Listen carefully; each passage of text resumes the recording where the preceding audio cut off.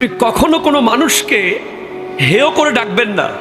এই রিকশাওয়ালা, একটা মানুষ যখন ভ্যান গাড়ি চালায় আমরা তাকে ডাকি এই ভ্যান গাড়িওয়ালা। একটা মানুষ যখন ট্রাক চালায় এই ট্রাকওয়ালা। না, পৃথিবীর কোনো মানুষ ব্যক্তিত্বহীন হয়ে জন্মায় না। প্রত্যেকের আত্মমর্যাদা আছে। সে যদি রিক্সা চালায় বুঝতে হবে হয়তো সে ছোটবেলায় বাবা হারিয়েছে,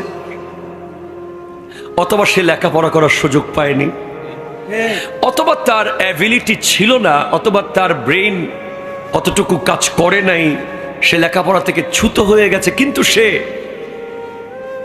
রিক্সা শখে চালাচ্ছে না, সে পেটের দায়ে রিক্সা চালায়। ঠিক কিনা বলেন?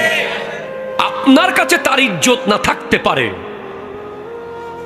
কিন্তু আল্লাহর দরবারে তার পরিচয় হলো সেও আল্লাহর বান্দা। ঠিক কিনা বলেন?